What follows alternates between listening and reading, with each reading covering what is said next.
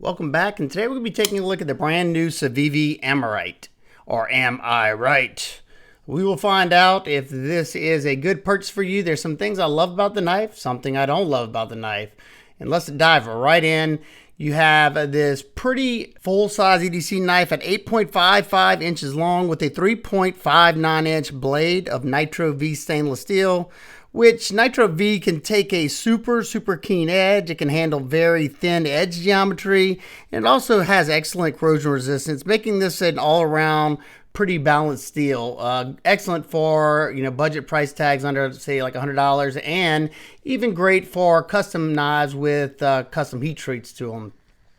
Well, this one has a pretty wide blade. Some of them calling it a reverse tanto, some people calling it a sax blade. You can call it whatever you want. It's a modified something. It's a nice looking blade. You have excellent utility with that very fine point there. Excellent for doing drag cuts. If you need to make some really fine precision cutting, you can do that as well. It's nice and thin up there. You're definitely going to want to be careful though. Cutting down on a flat surface, you're not going to want to let that tip bury into what you're cutting.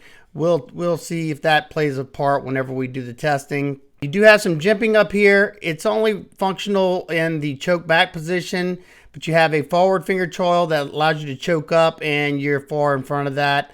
Not something that bothers me because you got a nice flat spot to put your thumb right here.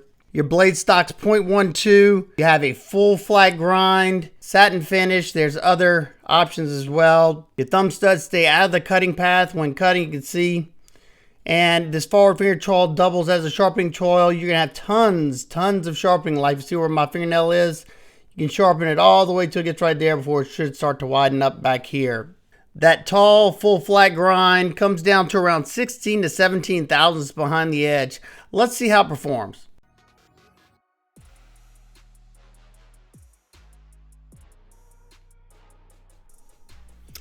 The edge came pretty sharp out of box. Doesn't feel like it has a ton of bite, kind of like a typical Civivi edge, but I will say it is slicing very well. The geometry is nice. You got that full flat grind, so it's really passing through the materials nicely. You got a straight edge pretty much. It does cant up, so you're still getting maximum power through the cardboard and anything in hand like this. And so far so good. Now we're going to test the ergos. I choked up right away because that's just where I'd want to be. I got a much better grip just because of how that handle is. So far, it's comfortable. I'm doing light stuff right now. This is a pretty gnarly piece of wood. It's very hard. I don't know if it's treated or what. It doesn't look like treated wood, but it's still doing good. It's able to make fine curls easily, and I'm able to get a lot of force into the wood. Fairly comfortable. Or let's say as comfortable as a flat scaled knife could be. No hot spots that I noticed, especially when I choked up right there. That clip stayed out of the palm of my hand. And this is where the knife's going to shine. I mean, it was like a scalpel going through there. The drag cuts, very precise. And you can do a lot of cuts, and you see you can do a lot of cuts on the flat cutting surface, but you're using that same portion of that edge just because you can't get more of that edge on it. I don't know what's going on with my color balance. It's going crazy, but still able to get it done. It's a little bit harder on the bigger piece of tubing. And here, that's where I'm talking about be very careful with that tip. I checked the tip out on one of these because I thought I might have snapped it. That's why it took me a little bit longer. But here I can feel it doesn't have a whole bunch of toothiness to that edge. And one thing I'm going to have to say, and I might talk about it during the rest of the review, is that a lot of my Civivi knives do come sharp. You can see it's doing a decent job here. But if you really want the most out of your Civivi knife, give it a good sharpening, especially if you know how to sharpen. Give it a good sharpening. Put whatever edge angle you want to, because they usually come a little bit wider from factory. I think like 24 thousandths usually. And I like a 17-degree edge bevel, especially on Nitro V. And you can take it up as high as you want, the sharpness, and it usually holds a really good edge. But your performance is going to jump up tremendously. I was able to get, I think, 75 cuts before I ran out of rope.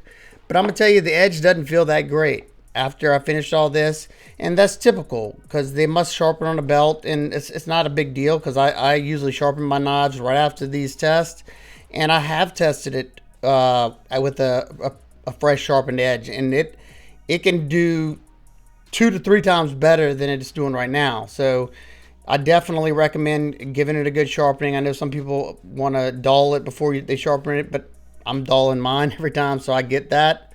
But if you want to get a better edge retention, sharpen your knife. Alright, now let's take a look at the deployment and the action of the knife. It's riding on ceramic ball bearings. This is a button lock. It has a thumb stud deployment and a flipper tab. The flipper tab does have jimping on it. The action on this thing, especially for being such a wide blade, is so nice. A lot of times with the wide blades, they're heavy and the button lock can't hold them that well. Just watch. It snaps out very fast. Drops, very nice. The thumb stud action, very nice. Civivi is really, really good at dialing in something and making it great across the board. Now, you will have some that, get past their QC and it might not be the exact same, but for the most part, they're very consistent. Whenever they have an action that's nice, usually they're consistent with, from one knife to the next. You can have very slight variations, but you're pretty darn good. Some of the best when it comes to consistencies, in my opinion. Action is awesome, and they're doing something on this knife that I saw them do with the Civivi Brazen. These two have very, very similar action, very snappy flipper and thumb stud deployment. So if you own the Brazen button lock, if you want to know how this one is, it's pretty similar. At least mine is pretty similar to my action on the Brazen. They're doing that same brass collar like they did on the Brazen, and I think that is to help with button stick, because even though you do have very, very slight stick to this knife, it's not anything like some button stick. You can see it here on the Brazen. They have that same little brass pivot collar that goes around that button, because a lot of times there's two things that cause the stick from a button lock, and it's either from that spring pushing this button in one direction or the other, because it's a spring that's under tension, so it could be curving it back and forth. So it's causing rubbing here. And then the other place that you can get button stick is right there where it meets the tang of the blade. When you're pressing this right there, sometimes depending on how tight it is, that releasing, it can cause that stick. But it's negated by Civivi because they almost mirror polish this this piece of the plunger that contacts the blade. So it's more likely that it's the way this thing is pushing up against here. And that's the case most of the time. So they really did a good job of trying to figure something out, I think, here. Hopefully that's something you see on their button locks to come. Now let's take a look at this handle area. You got some really, look at that, some nice peel ply texture on this G10, offering just that perfect amount of grip. It's not going to tear your hands up. It offers some traction. You got some nice milling around these chamfers going all the way around, making this a comfortable flat scaled knife. If these angles right here, weren't, those corners weren't knocked off, it would make it uncomfortable when squeezing down. But they do a good job of softening all the edges. You have Torx T8 everywhere and some very, very crisp hardware. They do some of the best for the price. You have a milled section right here for that clip to sit in. You have a reversible deep carry pocket clip. And during the cutting, when I was choked up here, I was worried that this higher lip on this pocket clip was going to hurt my palm of my hand. But I was bearing down into that wood and I had no issues whatsoever. So for me, that did not cause a problem. This knife is going to sit all the way down. You might see this little corner sticking up. You have flush hardware, flush clip, hidden lanyard pin right here. I'm not sure I guess that's an extra retention point there because you have standoff, hidden lanyard post. I don't really know. Maybe they needed a little bit more side-to-side rigidity with that little pin right there. Not sure. That's kind of odd. Because usually you'll see these two, and then you'll see this little pin here. Or maybe that's to keep a lanyard. Let's see. That may be... I don't know. Maybe that's maybe it's to keep your lanyard stable if you put one. Not too sure on that one. You have flow-through construction as you see here, and look at all the milling. They did everything they could to keep the weight down as much as possible on the top and bottom. That is insane. Look at all that. Bringing your weight to 130.5 grams or 4.6 ounces. I thought it was going to be a lot more than that because of how wide the proportions are on this knife. The lockup on my knife, absolutely rock solid. I have no play in any direction.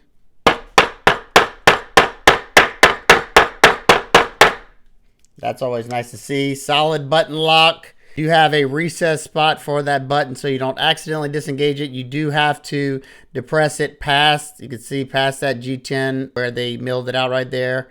And very, very smooth. Two excellent size references, the Civivi Sentinel Strike and the Kaiser Clairvoyant. Very similar in size to the Ontario Rat 1 and dwarfing the Rat 2. Pretty much identical in length to the Kubi Nova and a little bit bigger than the CJRB Krog. Now for my nitpicking complaints, I don't really have much. I guess some people may not like the price. It's $76.50. I think it's a pretty justified price for its size. As big of a chunk of Nitro V you're getting here. The little attentions to detail like in this button lock collar there. The action, sliceability. Now one thing that I would complain about on this, and it's not the biggest deal for me at least because I know how to sharpen a knife, is that I wish their edges didn't come polished like they usually do. Now this one's not as bad, and it definitely got through all my tests nicely, but let's see what that edge is like now after all my testing.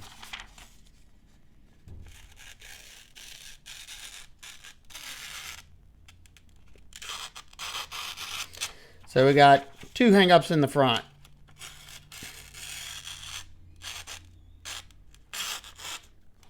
So not terrible. And I could probably strop most of that out just to be transparent.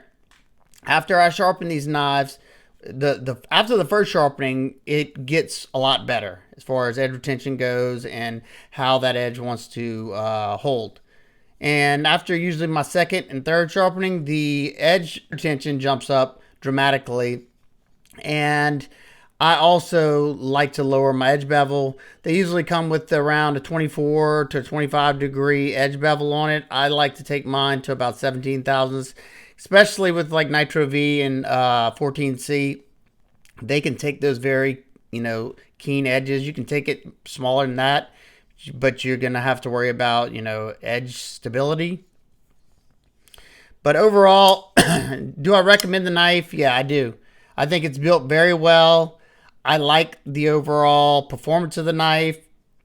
I like the aesthetic of the knife. The action is just it's hard to explain.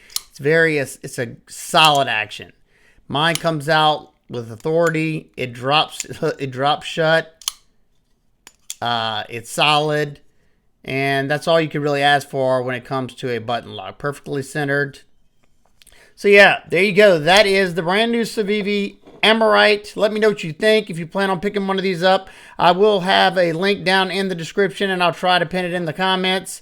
That link right there will, if you follow my links, it helps support what I do here on the channel. It helps me pay for testing materials and stuff like that, but you don't have to use those links. So I hope everybody's having an absolute amazing Saturday. I will see y'all on the next one. Am I right or am I right?